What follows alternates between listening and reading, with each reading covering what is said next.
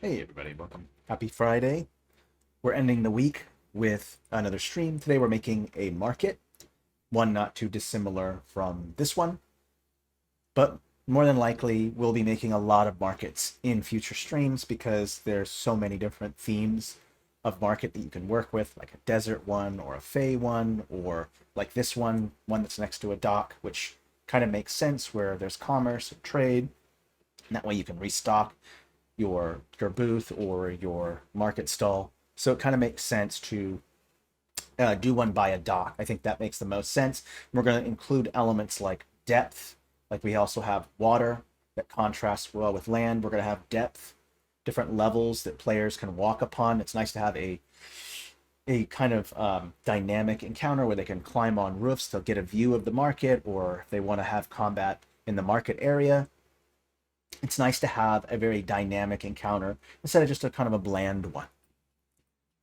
Hey, Typher Zero and Pedro, glad that you're here. And first time chatter, hey, Kitty Bone Scat, glad that you are here. Awesome. Love seeing new faces here. So again, we're going to be making a market, and it's pretty much we're going to be replicating this one with some minor differences. So if you like this map, I'll be sure to show you how to make it. We're going to go ahead and create a new map. I'm going to go to Fantasy Battlemaps. Once I've chosen the style, I'll go in. I'm going to choose Ultra 4K editing. If you're new to the tool, I recommend maybe 2 or 3K. Those might be easier on not as high as a high performing machine. Also, if maybe your map has just got too many assets and it's just too laggy to edit, it's always nice to drop the editing thing down. And some people, new users, aren't even aware that you can change the editing resolution. The lowest is 1K, the highest is 4K. And I'm just going to go with a standard landscape, which is a 40 by 30 tiles, okay? So I'll create new map, let this load up. Markets are a lot of fun. I think they're a great encounter. I think that they're pretty staple for just about a lot of fantasy tabletop games. Like there's usually at least one market encounter or a market scene that takes place in almost every campaign. At least a lot of them, at least that I've either played with or run as a DM. Another first time chatter. Hey, DM Dean. Glad that you are here, by the way. Awesome. Just seeing some new faces. I love to see that. Well, one of the first things that I generally do when I open a map is I'll turn on the grid, and that way the grid is available to me. And if I want to lock the shape or the line tools to it or a stamp to it, I can. 40 by 30 is rather large, but I can change that, and I'll just go with like half instead. So I'll go with 20 by 15, and these are equaling 5 square feet each. So this should keep it a lot easier. That way I'm not trying to look at the scale and everything. Once you've gotten familiar with the tool and you've made a lot of maps, it's easier for you to just eyeball scale. But if you're kind of just starting out, just turning on the grid is a great way to use that for scale. So 5 square feet, now I can kind of scale things against that. Another first time chatter. Wow. Hey, Barbarino. Love it. So many new people. This is great to see. So with that grid on, now I can go ahead and go to the shape tool. Well, actually, I'll start with creating the background layer. If you're not familiar with the current tools, will change with 2.0, but there are two paintable layers. That's going to be the FG and the BG. There's also a top layer, but again, things will change. And the FG is pretty much anything made with the add mode of the mask tool, and the default is the subtract, which is going to be the BG. And so if you add something with the add mode, you can remove it with the subtract mode. Okay, some people aren't familiar with how that works, so just to kind of help you out, this really works well. Next, I want to change my background to just all water. That's going to be that BG layer, so I'll just kind of pick a water texture, and then once I've selected, I can just click fill. Just make sure it's set to the BG layer. So there are 3 paintable layers, BG, FG, top. Again, it will change with 2.0. Another first time chatter. Wow, so many. Thank you, everyone, so much. I appreciate you all. I'm going to go ahead and just fill. And now I have this nice blue water background. And then I'll switch over to the shape tool and I'll start making some choices about my stroke, which is going to be the wall. And then I'm also going to choose a fill. And what I want to create is this sense of tiers, multiple levels. So I want to create a bottom level, which is going to be where the market is. And then another level that's going to go up probably with a staircase, and that's going to be where the houses are. Now, I'm not going to make the interiors of the houses because the combat should be focused on the outside. If you do want to have combat inside the houses, you can go ahead and prep a separate map for that, or just do Theater of Mind. Me personally, I just do Theater of Mind, but you can go all out and make multiple maps if you want to do it that way. But for this one, I'm not going to worry about interiors because much of the houses are going to be off screen. Just parts of them will be on screen, so that way at least there's a hint of some kind of houses, and it will contrast well with some kind of structure against all these outside things before. So very helpful.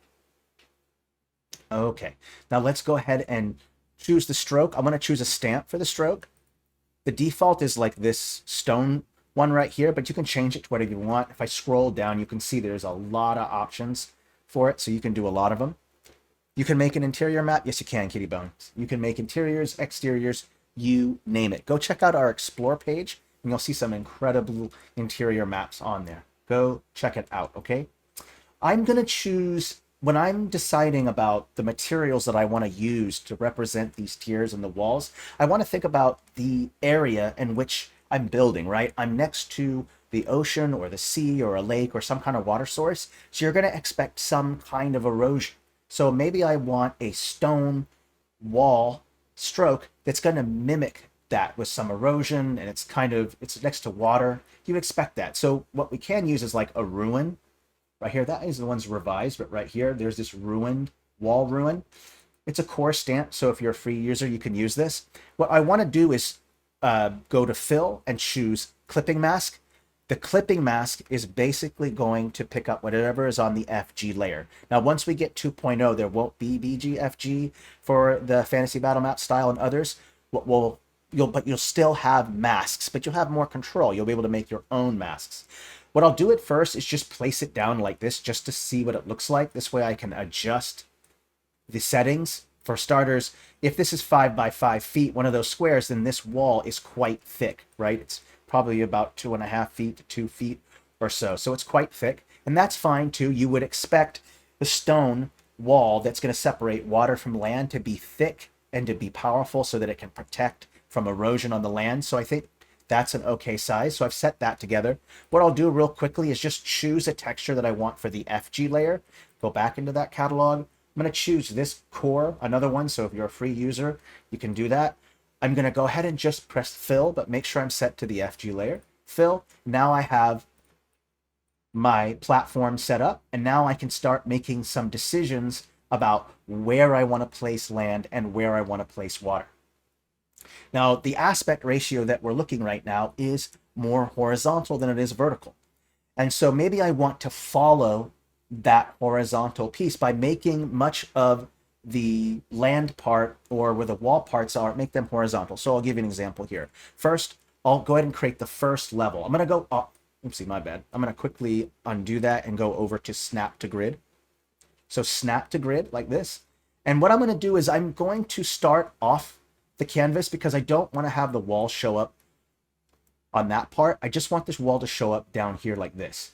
And I'm going to place it strategically to where if players want to walk on the wall, it's right on where the right where square is, right here. It's lined up, and now players can actually walk along the wall. It's all queued up.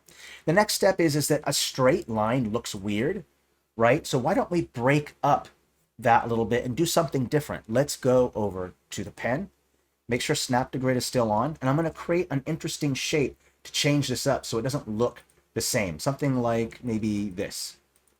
Press enter. I'm going to make sure that my merge shape is on. This is going to merge these shapes. So I press plus, it merges the shapes, and I have this nice little different piece to it. In fact, I might even want to make it even more than that. Let's add another one going more like this and across. Let's try that. Right. You know what? I think we can do it even one more. Let's go like this across. Just like this. There we go. I think that is an okay looking shape. That should work well. And then I'm going to go ahead and set this layer maybe down to about layer -4 because I want to place stuff on top of this. But I also want, if I want, I can also put stuff underneath it if I needed to, okay? So next, I'll go ahead and just quickly lock this. If I select it, I can go up here to this menu and select lock, or I can just put Alt-L and it will lock it by itself, or you can lock it here in this right panel here, okay?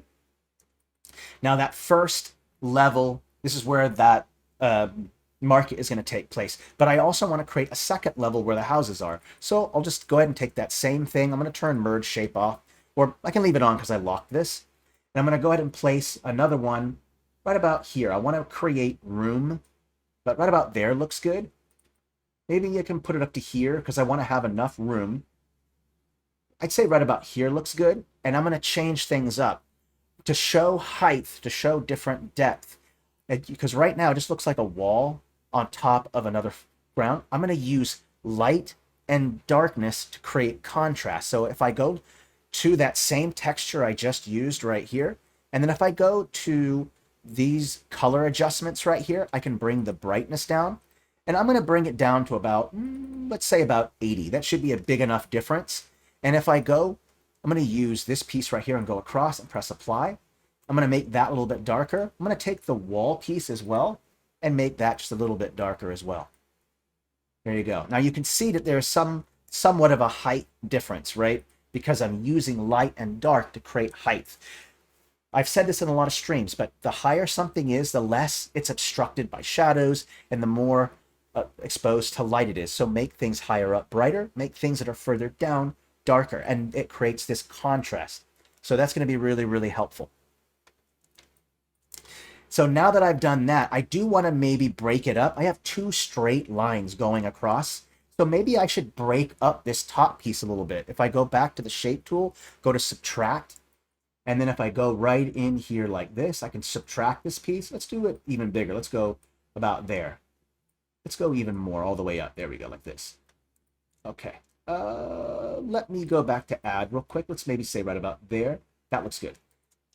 At least it fits right in with the squares, right? 5 by 5 feet here. I can now put some stairs in between here, and I can fix real quickly, take that texture I just used. Because I edited this texture right here to make it darker, and I might be editing more textures, I'm going to quickly favorite this so that I don't have to scroll through endlessly looking for it again, or I get overrun the recently used.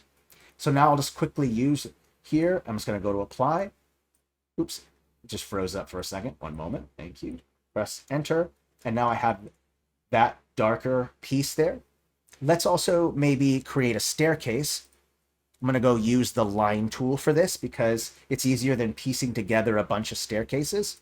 So if I just go type in stair with the line tool, let's pick a stair that resembles the same texture that's the ground is made out of. You see this stone stair right here? That's probably going to work fairly well with this. What I'll first do is take this piece and bring it up a couple layers so that way the staircase will be beneath it. So I'll quickly go back to the catalog, grab stair. I'm going to go with the line tool. I'm going to use the pen for this and just go like this with the stair. Press enter. And now I have that stair there. I'm going to go ahead and bring it down a layer, make sure that it's underneath. So if I go down, there it is beneath the layer. It's not matching the color beneath it. So what I'll do is go to blend mode real quick, normal, go to luminosity. And then I'm simply going to bring the brightness down a little bit like that. There we go. That looks good. All right, I think that set it up. I think that looks good so far. So down here, we're going to have a dock space. We're going to put our market right here. And in fact, we might change things up a little bit to have the market fit better. So check this out. What I'll do is I'll use the shape tool again. This time I'm going to choose, I'm going to go right here and I'm going to subtract some things here. Let's go here. Let's go like that. And then I'm just going to subtract this space right here. Let's go minus. And then what that will do is it will create this more circular open space for the market to take place. So I can put a small building here, or I can undo that and then just put a full building across. This is up to you, but if you wanted more space for your market, you could do that. Let's also, to show depth and height, let's create a little bridge that goes off screen. So I'm going to lock all these other shapes so I don't accidentally merge them, and then select that bottom shape. And then I'll do it again. I'm going to create a little bridge that goes across. Let's use the pen here, and I'm going to go like that. Make sure I go off screen. And now I have this nice bridge that goes across. Press enter. There you go. So now I have a bridge there, and we'll put some stuff underneath that bridge to show more height, like a boat or maybe a dock underneath of it, something like that. For now, everything seems kind of flat. We haven't added shadows yet. The only thing that's giving us a sense of depth or height is the dark and light contrast, right? So we'll get to that. Why don't we move our way downward? So we'll start with the houses first because they take up the most amount of space. And that way it'll look like I'm doing more work in a shorter period of time. If you start with the smaller stamps first, you're going to see a lot of negative space and it's going to get discouraging. If you start with the larger stamps first, it takes up more space and it looks like you're getting more done and it won't be as overwhelming. So I'll go to the catalog with stamps. I'm just going to type in roof. And then I'll kind of just look them over and see which ones I kind of look best. Let's maybe use these slate roofs right here might work well. I could maybe use these. If you don't like those slated ones, there's also the farmstead ones. There's also these slated roofs here. It's up to you which one you think works best. I think because I have all this gray right here, what I should do is pop in a little bit of color, because gray is a neutral color. So it kind of makes sense that I go ahead and maybe use something with a pop of color. So let's maybe put this one in. I'm going to make it large like this so it fits into that space. I'm going to turn snap to grid on if it's no longer useful to me quite yet. So I'll put one there, and then I can put another one maybe right here like that. Okay, so now I have that space filled in. That's helpful. So if you want to create this sense of depth when you can't use light and dark contrast to make something pop out, you can use shadows to make something pop out. So I have both of these roofs selected. I'm going to go to custom object shadow. I'm going to make just a basic drop shadow for now. I'll bring the blur high up all the way to 50 and then just start bringing the intensity up. Now when you step back and you look at it, you can see the buildings look like they're popped out a little bit more because I used shadows to make them pop out. So 2 tricks for depth: contrast, light and shadow, or light and dark, and then using shadows. Okay. Great question, Pedro. I would only change the size of stuff on different levels unless it was a huge height difference. You know what I mean? You don't need to change the size of stamps, especially if your players are going to interact with it, right?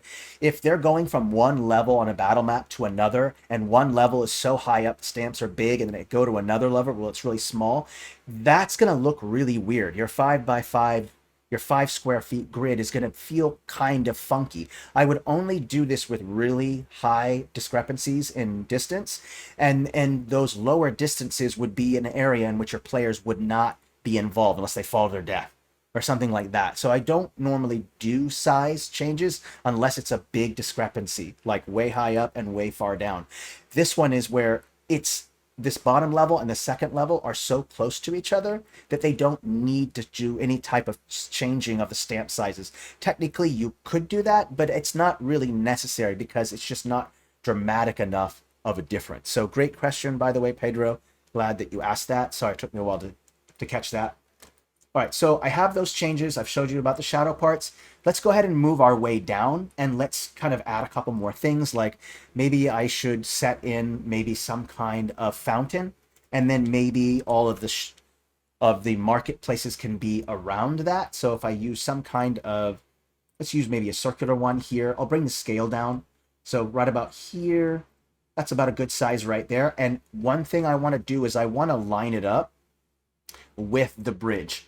And this is kind of an artistic thing that you should generally do, is lining things up. That makes it easier, right? When players cross this bridge to get to this area, they'll have the fountain right in front of them, right? Or if they go up from the dock and then move right here, they'll have this here and it lines up with the bridge. Same thing here. If I want to add a dock down here, I should probably line up the entrance of the dock with this staircase here so that way it creates this intersection, right? And a quick flow of traffic, right? So I'll go ahead and create that dock, but what I should do is create an entrance for people to get to the dock. So I'll go back to the shape tool. I'm going to use what's called the portals. It's this bottom button at the very bottom of the options. I'm going to select that. And then what it's going to do, I'll turn snap to grid on so it snaps in the right place. These portals work. The size of the portals are determined on what your grid size is. So if my grid size is huge, those portals are going to be huge. If the grid size is tiny, then those portals will be tiny. So just kind of factor that in when you're doing things, okay? So I'll go ahead and place a piece right here.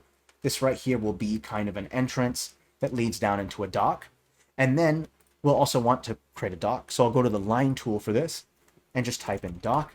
And now I have these dock options. I'm going to use this one right here. I'm just going to go ahead and place one down for right now with the shape tool, with the line tool. Place it down like this. I can make changes to it. First of all, it should go down a layer like that. And what I should do is move this big piece up one more layer and then move this one up one more layer. I maybe want to have the docks, maybe have boats go underneath it. I want to show different levels of the docks. So I'll go ahead and make adjustments to this dock real quick, make it a little bit darker. And then I'll go ahead and make some other dock segments that go down maybe like this. Oopsie, that is the shape tool, my mistake. I want to use the line tool. There we go. Cool. And let's go put this down a layer like that. Copy and paste. Let's create another dock right there like that. That looks good. And then I'll use a little stair to go up from that main dock up there to those little tiny ones down at the bottom. I can just use a stamp for that. That way I don't have to worry about using the line tool for it. So I go to stair. And you'll see I have some options here. Let's use a wooden one that's going to work well with here. I think this one works fine. And what I'll do is I'll go ahead and skew it a little bit. Not say skew it, but I'll stretch it, distort it to where it lines up. And then I'll bring the brightness down a little bit to match. There we go. Turn that snap to grid option off. I don't need it. And I'll place it down right here like this. Let's line that up. There we go. Now you have some stairs. And what I'll do is I'll bring the brightness down a little bit on these ones. There we go. So that way it looks like it's just a little further down, right? So let's take a step back and look at it. So we have pretty much all of our levels done, right? We've got the water, which is the lowest point in the battle map. And then you have that second level, which is going to be that dock, the dock part. And then it goes up another level to where that market space is. And then it goes up another level to where that residential space is. So that all kind of makes sense. I think I had a stair and it kind of disappeared. Did I accidentally delete that? I might have. Might have to do it again. My mistake. I'll go ahead and turn snap to grid on. Did I delete it? Oh no, it's right there. It's just wrong. It's wrong down a layer. There we go. And I will bring up these ones up another layer. There we go. Cool. All right. So we have all this sense of depth now, right? We have all these varying levels and depth, and that's going to work out great. Okay, I'm just going to quickly save. I'm only at 53 changes, but I'm going to quickly save it. We're going to call it market, and then we're going to go on to start adding in maybe some stuff around the market just to kind of establish the market space that is the stream. So we'll focus on some of the market stuff, and then we'll add in more details around the dock and stuff like that. Yes, I am planned to put a stair there. I'm glad that you said that, by the way, Kitty. Thank you. I almost forgot about it. Thank you. I appreciate you saying something. Perfect. And we're going to do that right now. Let's do that. Saturate like this. We're going to go it down like this. We'll push it down a layer. So glad that I have such observant viewers to help me. I love it. So one thing, you can, if you don't know this, you can change where a fill is. So right now, what happens is that the stroke and the fill are on the same level, and so I can't push those stairs in between those two layers. So this is pretty easy. If I just select that shape, and then I go to the fill in that little cog right there, and then just go to layer offset, and just bring it down one layer. And then if I go down, then I can push that down like that, and then bring the brightness down, and now I have a little staircase kind of going down to here. And I'm thankful for your OCD, Kitty Bone. Thank you. So a nice little little stone stair that goes down to that dock area. Perfect. Great. I'm glad that you said something again. Okay. And you know what? We're going to do a stair also right here as well, because this is a bridge.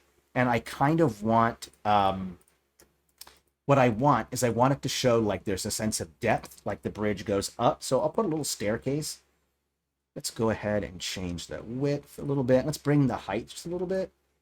And then I have some stairs that go up so that way it shows that this part is a bridge, right? That'll be helpful. I can even add another set right here if I want. That way it gives an extra sense of depth, right? So now that that part is done, I'll go ahead and add in some market booths just to kind of set up that space. So I'll go into the catalog.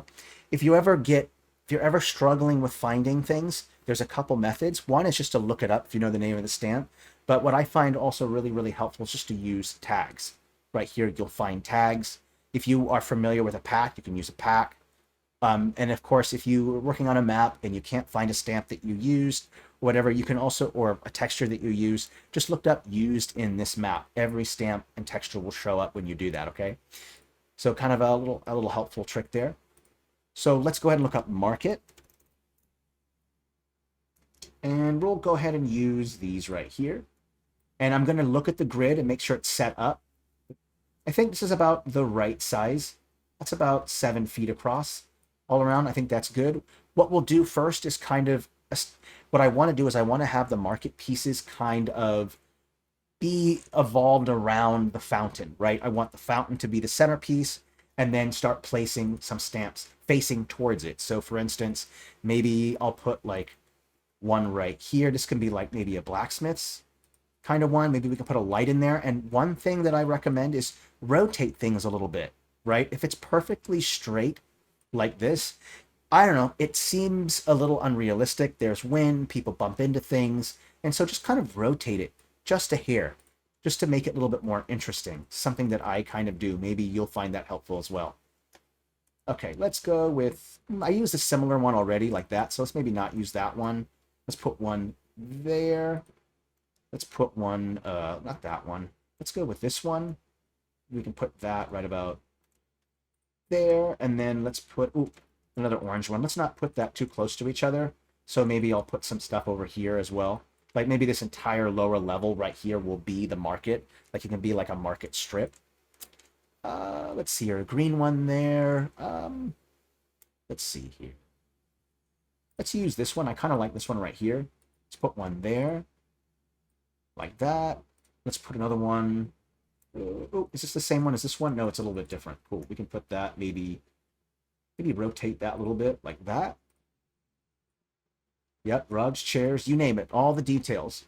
We'll start with just putting down all the markets, all the big stall parts first, and then you can decide what each stall is and then add the details accordingly. I don't ever do details first or in the middle. I always do it near the end because it's hard to establish what details to add without having the base of the composition put together first. Details is always the last thing for me. Sometimes I'll add in some details to a stall like in the beginning just so that I remember what the stall is. But you can do it, but you know, that's my method. It might not work for you. So definitely experiment and see what works best for you. So I'm going to place just a couple along here. Let's put another one right there. I'll go ahead and rotate these because I don't want them to be perfectly straight. I think that's helpful. This is a big one right here, so it makes sense to maybe put like a smaller one down here or not put one at all over here. It's up to you. Let's use this one, and maybe we'll use a smaller one so that way there's some space. Like kind of like this one that breaks up all those lines, different shapes.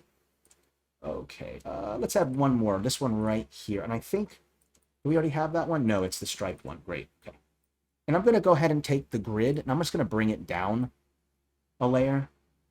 There we go. I can see the grid now underneath, but not on top. And that's going to be helpful to me because the grid was kind of distracting me a little bit. Okay, I think this is overall looking good here. I think all the shapes are here. This looks good. That looks good. I'm going to move that. Let's move that out of the way. That's just not creating a lot of space.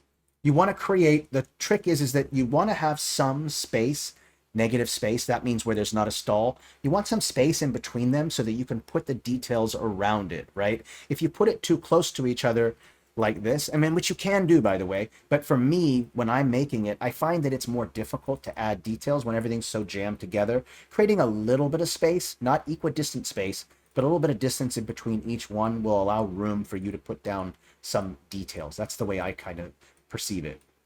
Okay, make sure that's lined up. Looks good, looks good. I think I'm okay with this. This looks good so far.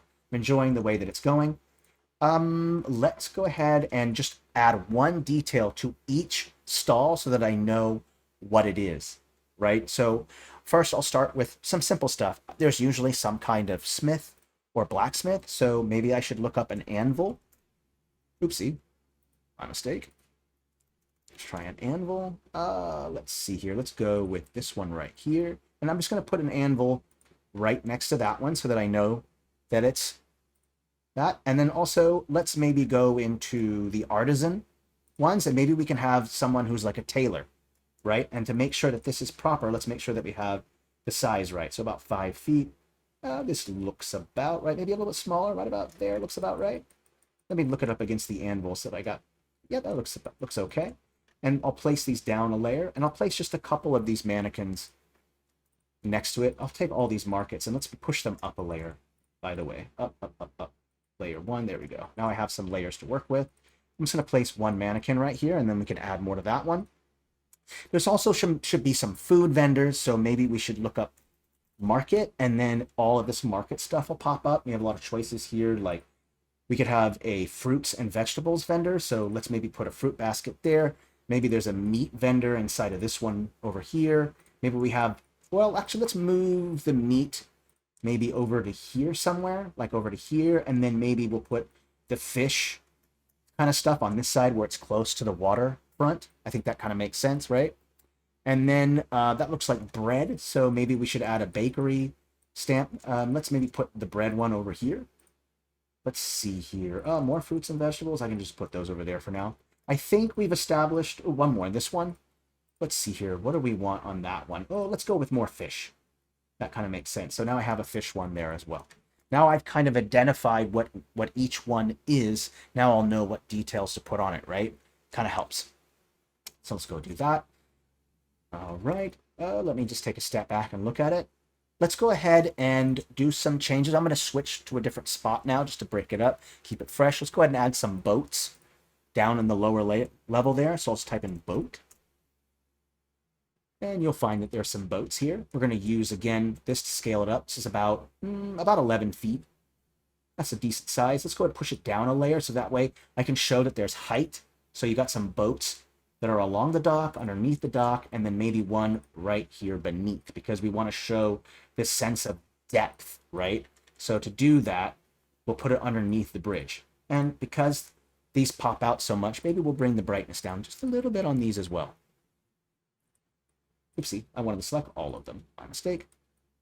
There we go. I think that looks a little better. So now we have some boats, and we put a little boat here to establish that this is a bridge with some depth. That's helpful. So that looks good. Let's go ahead and place a couple more. Let's go ahead and place maybe some alternative ways for the players to get up to the market, because what I find is players like options. The linear thing is nice. I mean, you can hint at that, but I find that players are going to make like it when they have some choices. So let's maybe take some ladders and put some ladders that will go straight up to that area. So I'll go into the catalog here and just type in ladder. Let's place one rope ladder, like maybe like right here along the wall. That kind of goes up into that space right here, right behind this booth here. Let me bring the brightness down. There we go. So we have one way of getting up that way. Maybe I'll take another ladder and place one that goes right here, and I'll line it up with this dock right here, and that goes behind that vendor right there. So we have some alternative ways to get up to that area instead of this staircase going up. I find that that's kind of helpful. Players like options. And then I think we'll add more details down here later. I just wanted to set up the boat and get stuff down. Let's add a couple more things to the market. A nice one is maybe adding a cart of food might be a good idea. And putting the cart like right here in the center, right here, allows for an obstruction for your players to get around. Let's say that combat takes place here. They can run around here. They can flip the whole thing over. They can pick up the cheese and beat whoever's chasing them to death with cheese, or lift up the cart. The barbarian can lift up the cart and beat them to death with it. So it's always nice to have some kind of obstruction. So I'm putting that in the center there. I'm also going to act, it's also going to act as like a roundabout so that players can walk around it and it will kind of obstruct some of that traffic. So that will work as an element for the encounter. So I'll place that there. That should look good. Let's add in a couple more stuff. Yeah, that was a crazy sentence. Thank you. Okay, so we've got, this looks like some crustaceans here. So maybe we should place this one over here. Along here, we'll bring it down a layer. I think this looks good. Let's say right about, I don't know, I'm trying to figure out what would look best. Let's place it along here because there's a lot of open space. That looks good. There's also another one with potatoes. There's one with chickens. Oh, where is my meat vendor at? Oh, that's over here. So maybe we can put that over here. Me too. Who's not thought of chucking a cheese wheel at anybody? Especially those big ones that are super heavy. They're like a blunt object. Just roll, see how much damage you do with that. Beat someone to death with a big cheese wheel. I don't know. Sounds like fun. You players will surprise you. They'll kill anybody with anything. All right, let's keep going into that market category, and we'll keep looking for things to add to it. We got some food baskets here. We already used that one. Let's see here. Oh, food barrels. That's not a bad idea. We'll make this fruits and vegetables, so we'll add them both in here. There we go. And I'll kind of place them like underneath, but also out, so you can kind of see it, right? If you put it all the way underneath, you can't see it, so what's the point? So just kind of have it sticking out a little bit. We can put some up against here like this. I think that looks good. Oh, you know what? Let's go ahead and maybe use a bludgeon. My poor cabbages. Well, I could put another cart right here, but I don't want to have two carts, so many carts next to each other. So let's maybe not do that one. Let's go ahead and move that tomato over to here, and we'll add even more details later. Let's just add everything to the cart here. Let's see here. Let's add in a couple more mannequins here. There's a different color one. Maybe we can put that one right there. That looks good. And I think in the artisan there should be our artistan. I'm not sure what an artistan is, but you know, it sounds like fun, right? Oh, here we go. We'll just go. It's the very top. Begins with an A. Ugh, you can find it. Ooh, you know what? I do like some of these dresses. Maybe this would work really well too, just to get some color across there. It looks good. Okay. Let's see here. I believe there's a spinning wheel here. Why don't we put that kind of just sticking out a little bit so you can kind of see it, or you can leave it out in the open right here like this, and then put like a stool right next to it.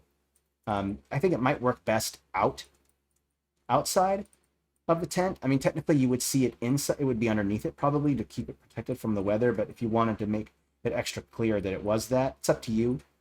I personally, when the one that I made, I put the spinning wheel outside, so maybe I can just do that same thing right there. I'll put a little stool right there. Cool. All right, let's do the blacksmith part. And what I'm going to do too is I'll maybe have some of the elements that are around the market pointing towards the focal point of the market, which is that fountain. So I'll move the anvil outside into where it's pointing towards it. That will be kind of helpful. And then other things, details that I put on there, I can also rotate them to be pointing towards the centerpiece. Kind of makes sense, right? Let's take a light source. There, you would expect maybe some kind of forge or something underneath. So let's take this light source, and I'm just going to put it right underneath the tent like this. So it looks like there's some light kind of protruding out of the tent. Let's maybe put one right there. Copy, paste, put another one right there like that. There we go. So some light coming out of the tent. And if I want the tent to be a blacksmith, maybe I can just change the saturation and brightness and just make it kind of like a black tent. Or if that doesn't work well, I can just make it blue. Because one thing I noticed is that when I was desaturating it, I forgot there's a lot of gray underneath. It needs to pop out. I don't want to remove those colors. I could change it to like maybe red or something. Like if I wanted to, I could change the hue. A lot of people have mentioned it's really hard to find red. There is a cool trick. If you bump the contrast all the way up and then bring the brightness down and then bump the saturation up all the way, you can start to kind of find red a little bit easier. It's not a surefire thing, but it can help. Because sometimes you can't find a full red. There is another trick. If you want to recolor them, you can also just use the shape tool. Let me check the time here. Ooh, we have only 20 minutes left. This might go over a little bit, but you can also recolor things just using the shape tool. I'll show you that real quick. If I take a pen, I turn off merge shape, turn off stroke, go fill, go to color. Let's say that I want this tent to be red. I can do that. And then what I'll do is go to blend mode. And as you would expect, I'm trying to color the stamp. So choose the color blend mode. And then if I just go right on top like this, you'll notice that it will change that color. Now, one thing I did notice about the color blend mode, especially with red, is that you have to bring down the stamp color. See what happens when I bring down the stamp color a little bit, or the stamp brightness? That red color becomes more prominent. So a little trick there, if you want to color a stamp, you totally can. Blend mode color with a shape, and then either use the pen or use the brush to brush on that color. Nice little trick that you can do there. I'm in 108 changes. Let's go ahead and add in as many details as we can before our 20 minutes end here.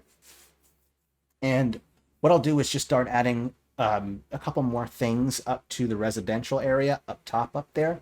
Like I want my players to interact with that area. Like I maybe want them to be able to get on top of the roof and maybe engage in combat, maybe stop an assassin from assassinating someone in the market, all kinds of things, right? So maybe we'll put like a stair that goes up through here, up to this next level. I'll bring the brightness down a little bit. It goes up to there. Maybe I can take another ladder and maybe to show that there is depth here, I'll put a ladder up on top like this. So a way to go across these two pieces right here without having to jump would be nice. Let's go ahead and bring the brightness down a little bit, and I'll rotate it just a little bit to make it look like there's been some movement. And then a nice little trick here is that to show that that ladder is higher up, we're going to use the ladder itself to create the shadow of the ladder. So I'll bring it down a layer like this. I'll place it down like this. And just to show height, I'll bring the size of it down a little bit, just a little bit like that. And then I'll blur it just a hair. And then bring the opacity down because I don't want it to be that super dark black. And then there's that shadow of the ladder itself, just to show that there's some height there, right? That's helpful. So we've got that. So let's go ahead and add in all the details here. One thing I might want to do real quick is kind of select everything and then add some shadows to it. Like what happens if I only want to select stamps? I can. Let's go ahead and just lock the light sources because those don't need a shadow.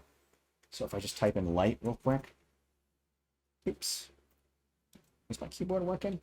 There it goes, my bad. Mistake. Type in light. I'm going to select these two lights. Lock them. There we go. And then I can select all of this stuff besides these stairs here. I don't need that. And then I'll go over to shadow. Custom object shadow. Just going to make your basic drop shadow, add a little bit of shadow, bring the intensity up. There you go. And you can see when I add those shadows, those stamps, boom, started to pop up, right? They started to add some depth to it. So if you want to add a little bit of depth, just add a simple drop shadow and make it a little black, and then those stamps will pop out. Let me turn one off so you can see what I'm talking about. If I go to none, you'll notice how flat that stamp looks.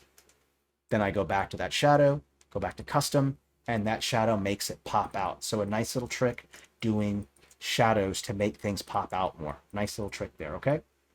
All right, so I think I've added the things that I wanted to up in this residential area. I might want to consider adding in some posts to the wall segments. Why don't we add some posts? That way I don't have this weird overlap. See this stone right here? It overlaps, it looks really odd. Same thing here, this kind of overlaps and looks odd. Look over here, same thing here. This corner, it looks a little odd. So why don't we fix that? So I'll go over and type in pillar. This is going to be the base of like a post. Let's use, let's see, this one right here will work fine. It's already a gray color, so that works out well. I'll just desaturate it just a little bit. We're going to use that, and then I'll look up a boulder, and this will act as like the knoll, like the cap of the post. So I'll type in a boulder. I don't know why I'm in caps. There we go. Let's click this one. I'll desaturate it. There we go, put that there. And then I'm going to place it just right on top. I think like that should look good. That looks good. Okay, and then I'll just create group. Now I have this kind of post here. I think the ball is a little off. Let's move it a little bit this way. There we go. Okay, and then I'll place this post right there like that. Copy, paste, another one right here, and it will kind of hide those weird edges, and it will create kind of a post where those entrances are. So one here, one right here, and then what we could do is one here. No, I think we're okay. Let's add another one. Oh no, that should be okay. It's one there. Copy, paste. Let's put one here and another one right here. And I think we can line it up with this one right here like that. There we go. And now we have these nice posts. I think these look nice, and that adds a little bit more detail to it. Let's put another one right there, another one right here at the end right here. There we go. Cool. I'm not sure what you would call those, but I think they work well. Right there. There we go. Looks good. Yeah, looks good. Okay. It's good. One thing I've kind of noticed about the ground is when you think of a market, there's usually a lot of action, people walking around, they're carrying mud from the countryside to come into market, or maybe their boots are soggy and wet from being at sea. And so there's usually some kind of way of showing foot traffic or activity on the ground. One trick that I love to use is to use alpha textures. One of the best alpha textures that I use for that is called dry grass. If I go into the catalog and type up dry grass, this stuff works really well. What I'll do is I'll change the scale so that way I can kind of maximize how much space it covers on the ground beneath it. And then maybe I'll even want to change the brightness just a little bit so it's not too bright. But I want it to be bright enough to where it contrasts against the stone beneath it. Then I'll just go over to a circle brush. You could use the edgy brush, it's up to you. And then just bring the opacity down. As always, whenever you're trying to blend textures together, it takes multiple strokes, so bring the opacity down. And then what I'll do is I'm going to create some foot traffic by simply going, let's create some traffic that goes from the dockyard and then creates that traffic circle around there, right? And then maybe have some traffic that goes into here and then have that foot traffic go around here and then going off to that screen and then having it going this way over to here. And using the luminosity blend mode on stairs is a great suggestion, because what happens is that if I don't have the luminosity blend mode on, it isn't going to pick up that dry grass texture. If I go back to normal like this, you'll notice that it doesn't pick up the texture beneath it. And so if you want to have some that foot activity showing up on the stair as well, just change that blend mode to luminosity. And now you have that dry grass also showing up on the stair as well. I should probably do the same thing with this stair right here as well, so that way I can show some kind of activity. So I've got this line stair right here. Let's just make sure that it's set to luminosity. It is. And then I can go ahead again, apply that dry grass right up through there. There we go. Let's take a step back at it and look at it. Looks good. All right, well, we're going to add some filters, add details, add lighting. So we still have a little bit more to do. Let's go ahead and add some filters. I'll show you some cool tricks on what filters to use. You missed the whole app. Sorry to hear that, Human Gamma. You know, you can go back and you also watch the whole thing on YouTube if you want. Sorry that you missed it. All right, so let's go ahead and add some filters. So the first filter I want to use is red sky.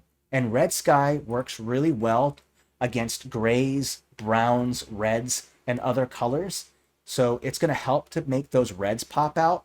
So if I bring it up a little bit, you'll notice that it adds some red. Now, what the red does do is it does sacrifice some of the blue. So see the blue underneath? See how it kind of removed some of that beautiful bluish color? I want to fix that, and I can do that.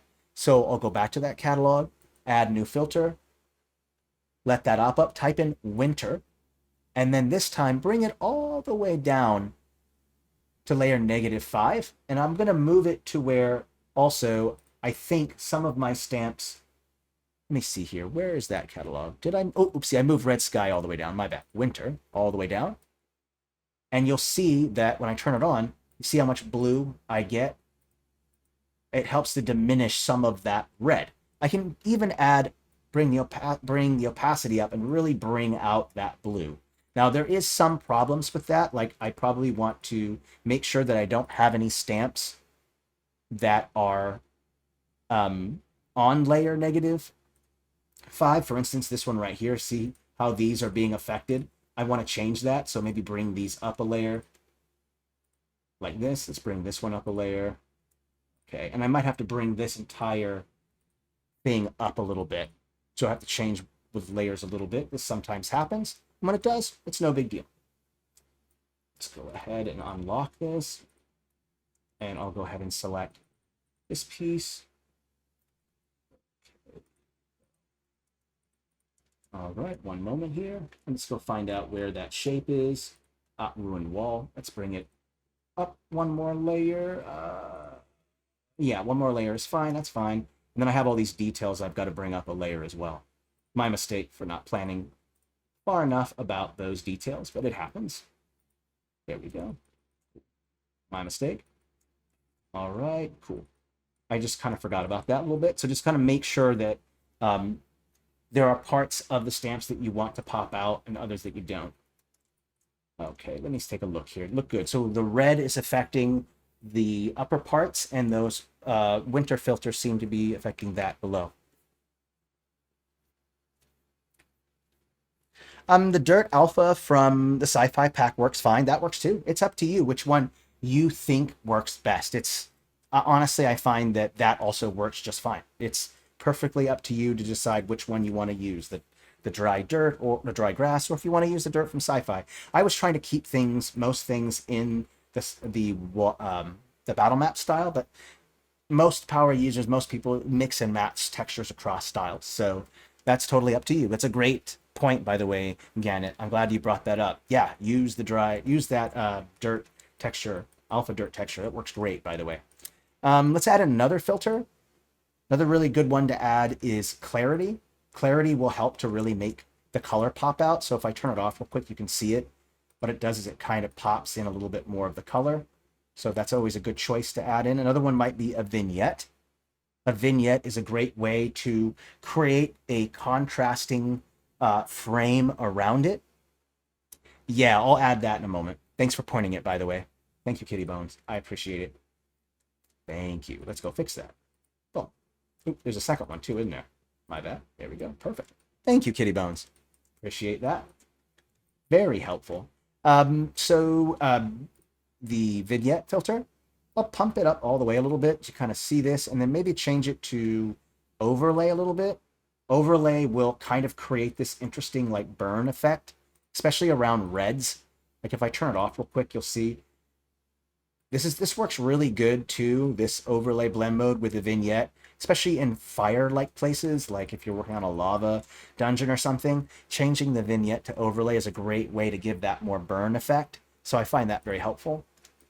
And then there's a couple more filters we might want to consider adding, and that's going to be your color adjustment filter. So it's this one right here, but let's go plus. And there's a couple things that you can do. You can bring the contrast up if you want to give it a more gritty look. You can bring the contrast down a little bit. You can change the saturation if you want to bump up that color. You can really get that color to bump up. Or if you want to change the hue a little bit, you can change the hue, different colors. I usually bump up saturation just a little bit, just so that I get that extra color. I think it's been shown in studies that when you have like super saturated, not too saturated, but when you have saturated stuff, it's a lot more jarring to the eye. And so if you have your map on the explore page or on your profile, and you really want that map, if you really want that map to pop out a little bit, bump up that saturation a little bit, and people will view that. Same thing if you've got your maps on a Patreon page or whatever, just bump up the saturation a little bit on your map, and the human eye will really grab and gravitate towards that map. It's kind of a helpful little trick there, okay? Okay, 94 changes, we'll save. We're just gonna keep going. We got a couple more details. I know that we're reaching that hour point, but I think we should finish it. So one thing I have not done is I haven't added a whole lot of shadows. I haven't established a light source. I haven't added little details like maybe some tomatoes falling on the ground. Let's go to market here. Like I see I got some tomatoes right here. maybe have a couple on the ground like this. Make them a little bit darker because I don't want them to be the exact same brightness as the tomatoes that are in the barrel because it's a little higher up. So bring that brightness down just a little bit like that. Maybe I want to have like a splatted one that got splatted. So let's maybe take some blood. And this should work just fine. Let's go with this one right here. Looks good. Let's go with this one. I'll place that down. And let's go ahead and change the blend mode a little bit. See how I can get it to interact. There we go. See how this interacts. Let's bring the opacity down like that. And then I kind of have this red tomato stain. I think that works good. This person right here needs a way to work that. So let's put a stool so they can sit down, or maybe a chair of some kind. Let's go with this chair right here. There we go. So there's a little chair right there. Someone can sit down and operate. Maybe we need to add in some more sewing stuff. I believe there should be like a sewing kit right here. Let's put that right next to the chair so they can access that, but not have it perfectly straight. I think there's a couple more things you can add here. Here's a wax seal. We could probably add that on there. Let's go ahead and add in, let's see here. Ooh, cash register. What's this one? A sewing cabinet. Ooh, this might not be a bad choice. We could maybe put that in the back up against the wall here. You can kind of see it there. That looks good. Let's keep going here. Let's see. Ooh, yeah, let's put some fabrics on the ground so we get some extra colors. Let's put them maybe on top of a table so they're not on the ground. So let's type in table, or a let's go with a bench. Let's use maybe this one right here. How big is it? That's a little too much. Let's use this one instead. There we go. I'll put it right there like that, and then just put some of these fabrics just kind of right on top of that. So you have a bunch of them. Ooh, yeah, I like that green color. That looks good. Do I have any colors? There we go. Blue one. Let's maybe have it leaning up against it. Kind of like that. Or maybe have it leaning up against this one. I think that looks good. So you have a bunch of choices there. That looks good. Okay. I don't think we even established what this one was right here. Let's go back to market and we'll take a look. What we got here, market. That's some of the newer stuff. I'm excited about that. Well, let's see here. Oh, maybe something a little more exotic, like some chilies or something. That would be a little interesting. Put some chilies there. I'll put a bunch of them here. One there, one sticking out right here. That's good. And then I think what I'll do is I'll put a bunch more chairs as well. Like one chair right here. Let's put a chair over here.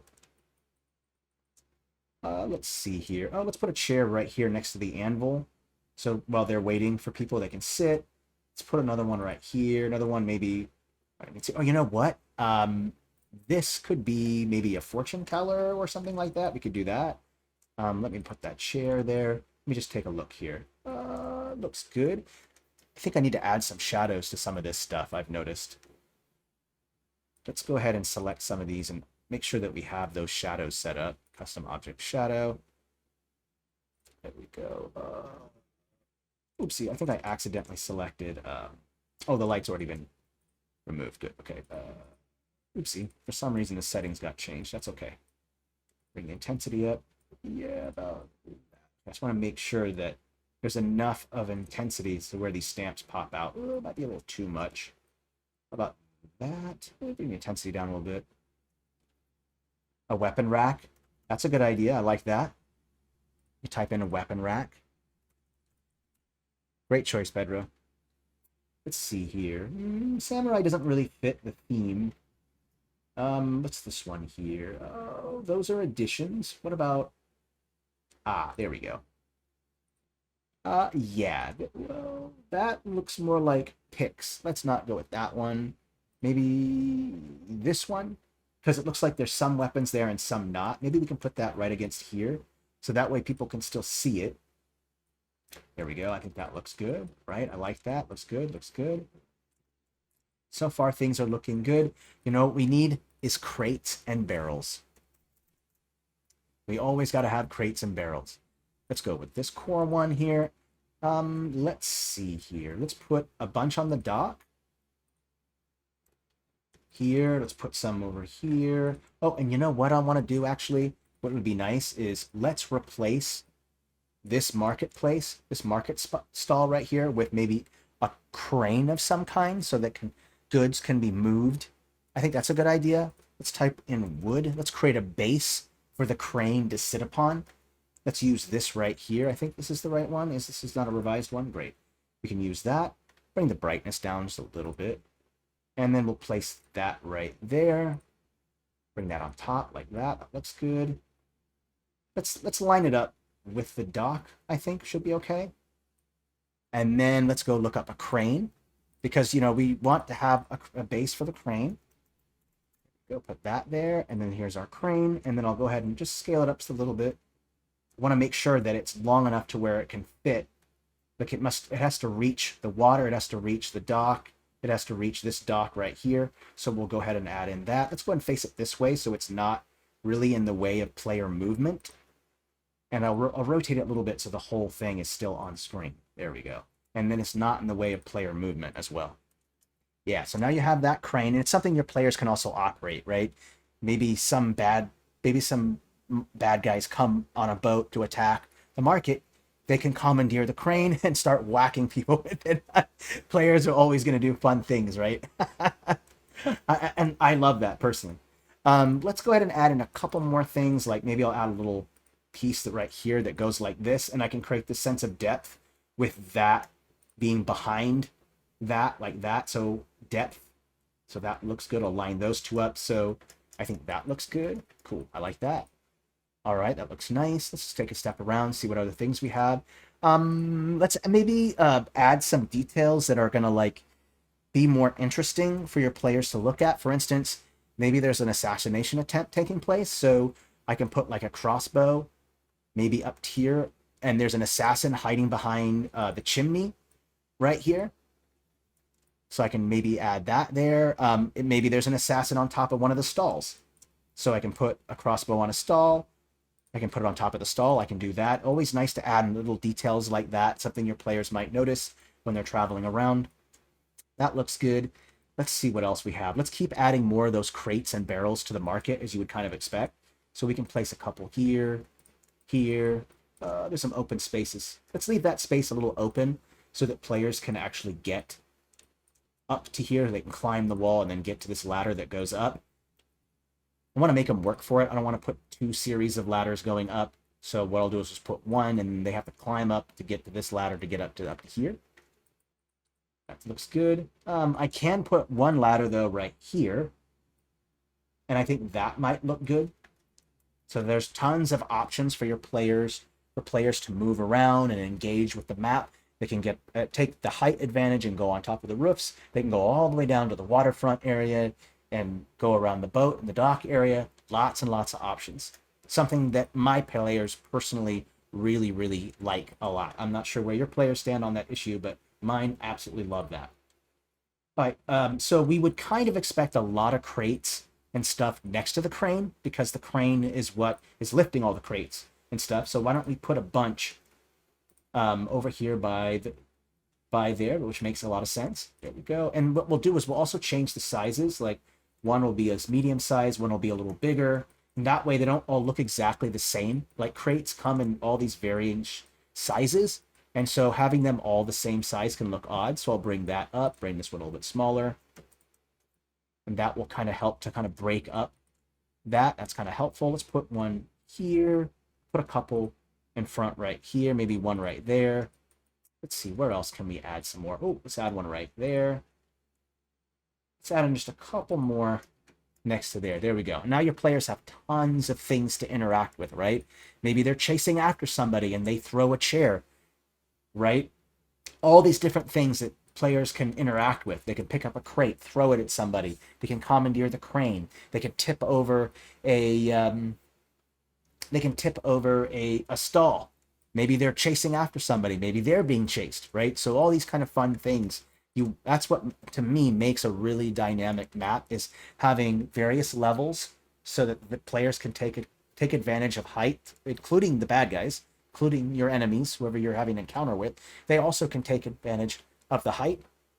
It adds more depth to the map, and it also making lots of little things that your players can interact with, throwing things like stalls and all that stuff. I think there's a couple more details we should add, like a barrel, and then I think we can add in the shadows, and then we can call it good. But I think you guys got the general idea. Let's go ahead and throw in some barrels. I like to stack barrels on top of each other. Like maybe these barrels are in the way of this ladder here. So I'll stack these on top of each other too. And to show that there's a height difference, I'll just bring some brightness down. Like that. And then to make it more interesting, I'll also rotate it a little bit so it's not perfectly straight. So I'll rotate it a little bit this way like that. Oopsie, the whole thing, my bad. There we go, rotate like that. Now I have these nice stacked barrels. Yes, don't mess with me or you're going to get a cheese wheel to the face. I love that. Man, that's really cheesy. I know, it's really, really cheesy. Well, that's a great idea. Commandeer one of the carts, catch it on fire, and then roll it right onto the dock. I love it. Players, they're going to do all kinds of fun, crazy stuff, right? And I personally am all for it. I'm all for it. I want my players to be as crazy and goofy, as funny as possible. It does not bother me. I've kind of noticed, especially if you have a new group of people, if you have a new group of users, I've noticed that comedy is a great way to break in to it, especially if you're trying to get people who aren't into like tabletop, because a lot of people aren't, is to, make it funny, right? Make it goofy. Like maybe the campaign is chaperoning a demon goat with oracular powers or something, right? It's a great way to start, get someone started into tabletop. I've noticed that the more serious campaigns, new people just do not like that. So, and me personally, my players are not new, but they still love humor anyway because laughing is just so much fun. It's something I always incorporate into my stuff. So I'm not sure where other DMs sit on that, but it's a lot of fun. Okay, I'm going to quickly save and we're going to go to shadows because I think we've added enough details for now. You guys kind of get the idea. There's tons of stuff to interact with. There's tons of depth to the map that players can do. So I think all of that stuff works out well. Let's go ahead and do shadows, right? Now, one thing you'll kind of notice is that I've used buildings, and what I should do is use the buildings as a guide for where my shadows are, because there's already shadows built into the building. Look carefully at the building, right? See how the shadows are built in? So I should maybe use those as a guide. One thing I've noticed is that this building right here, there's shadows on the bottom part, but not on this one over here. So let's fix that to make sure that it matches in. Shape tool, stroke, fill, color, black, and you're going to go blur. Okay? For now, we're not going to change opacity or do anything. We'll do that later. We're going to go over to pen, and I'm just going to go like this. Oopsie. I think I got a stroke. There we go. I think I had a stroke. I'm just going to go ahead and fill in that part of the roof space. Go to the plus sign. It looks like it's a layer below. We'll go up. Second, my mouse is freezing up for a minute here. There we go. I have that shadow right there. Then I'm going to go over to blur, bring the blur further up, and then bring the opacity down. And now I can fix that shadow irregularity that I was dealing with right here. So now my shadows match each other, and I've got a shadow stamp available, or a shadow shape available. So let's maybe create the shadow of this wall right here. That's maybe a good idea. And I'll go like this. And the further it's like this, I can create a cast shadow where it's long like that, or just create some kind of shadow like that. There we go. That looks good. I'll just copy and paste that same shadow and just put it right here like that. So now I have a shadow there, and you can see what that shadow did, right? It caused that upper level to pop out a lot more, right? So very, very helpful to kind of use that trick there. So now I can just use that same shadow and do the same thing I did here. Put the shadow right here. It looks like I need to go down a layer or bring the crane up so it's not in the shadow. There we go. And then maybe I'll do the same thing. I'll put a shadow like this, line it up, go across like this, across like this. I think that looks okay. Press enter plus. Okay. One thing I noticed that the shadow is over that bridge right there. That's okay. We're going to fix that. We're going to go over to merge shape, the square, subtract, and I'm just going to remove the shadow right there. Oopsie, it should be, we should also remove it where the wall segments are. There we go.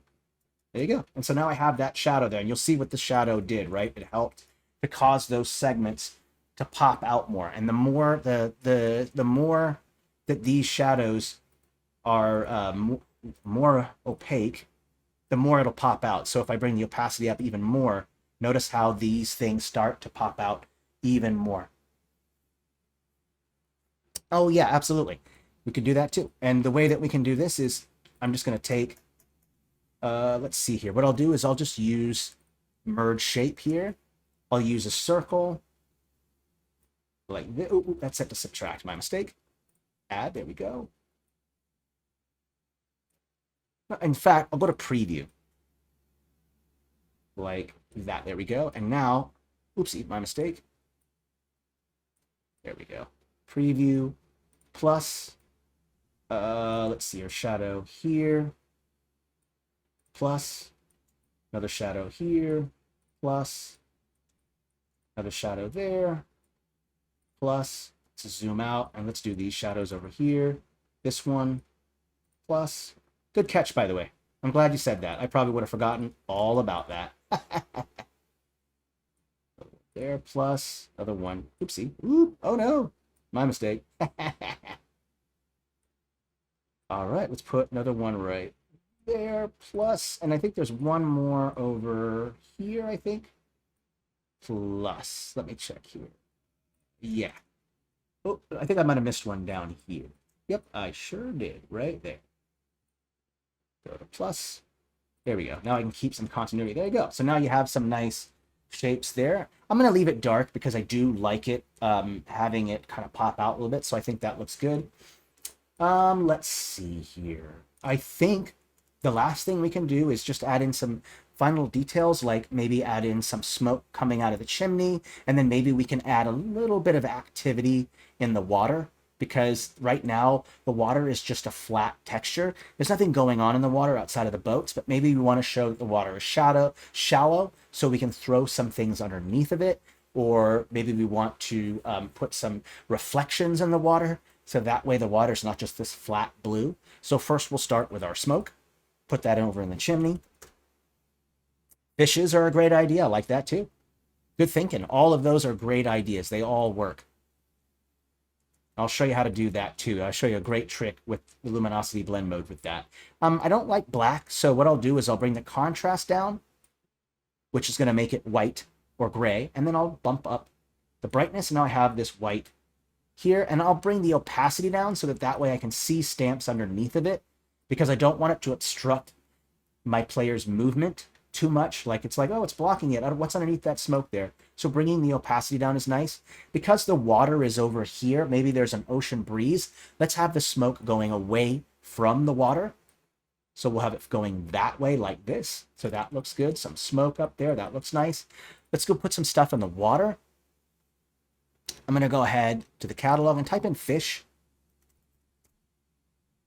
Let's see here.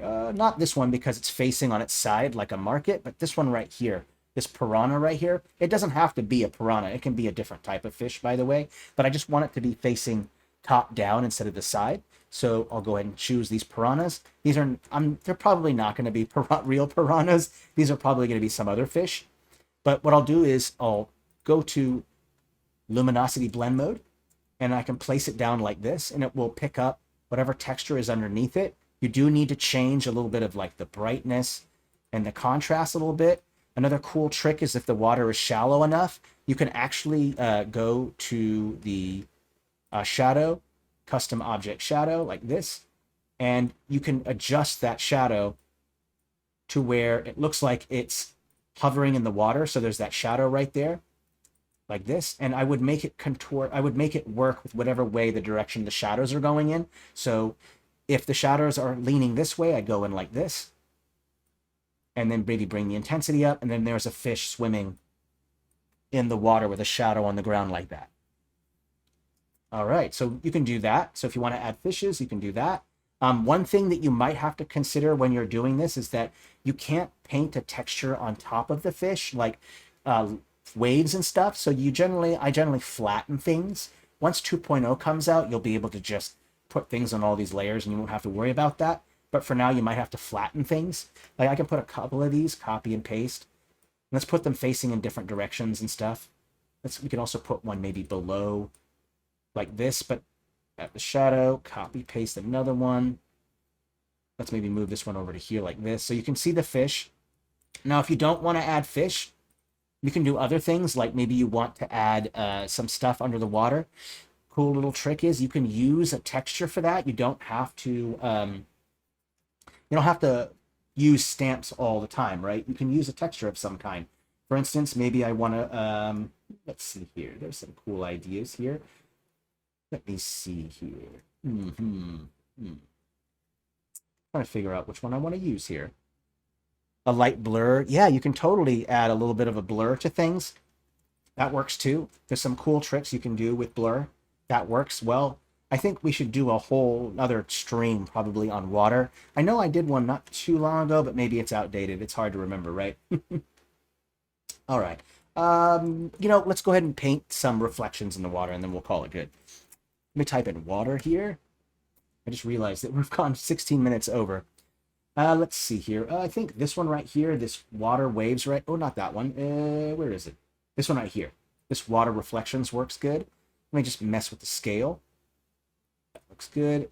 I'm going to bring the opacity down, set to BG layer, and just go ahead and put a little bit of this movement in here. And that will break up some of that, breaks up some of that blue, because I thought that looked kind of odd there. I mean, I think overall, this works good. We were able to get all the various levels. We were able to add in some bridges. We were able to add in the dock. We were able to add in the market space. There's probably a whole bunch more details that you could add to it, but I think you get the general idea. And the concept is for the same for any market. If you're making a desert market, then make the landscape first, the dunes and all that stuff first, and then start placing down the stamps. The concept is always the same. You build from the ground up. Notice how we started with the water, and then we made the next level, which was the dock, and then the next level, which is where the market was, and the next level. You build up, just like in real life, right? You build the foundations, you build the walls, and you would build the roof. So you build from the ground up. It's the same concept when you're doing battle maps as well, right? Or if you're doing any kind of map. You can also add a shadow right here, by the way. I kind of forgot to add one right there. Kind of makes sense to have a shadow right there like that. We can make it a little bit longer, maybe right there. There we go. Oops, it needs to go up a layer. Oops, and bring the opacity down. There we go. Yeah, I think you guys got the general idea. It works pretty well. Sorry I didn't do any more details in the water, but I think you guys get how it generally works, all right? Well, it's the weekend, folks, and I'm looking forward to it. I hope you all have a great time. Please stay cool. It's been a little warm. It's cooling down for me. I hope it's the same for you all as well. Thanks for watching, and I'll see you all next week. The new calendar is up. Go check it out on Discord, YouTube, or in the Inkarnate notifications, okay? All of you are awesome. Thanks so much to everyone for all of your advice and pointing things out. I love that. That's how I get better too, right? Is with your help. All right, please stay safe and healthy, and merry map making. Bye, everyone. Take care. See you, Kitty Bone. See you, Typher Zero.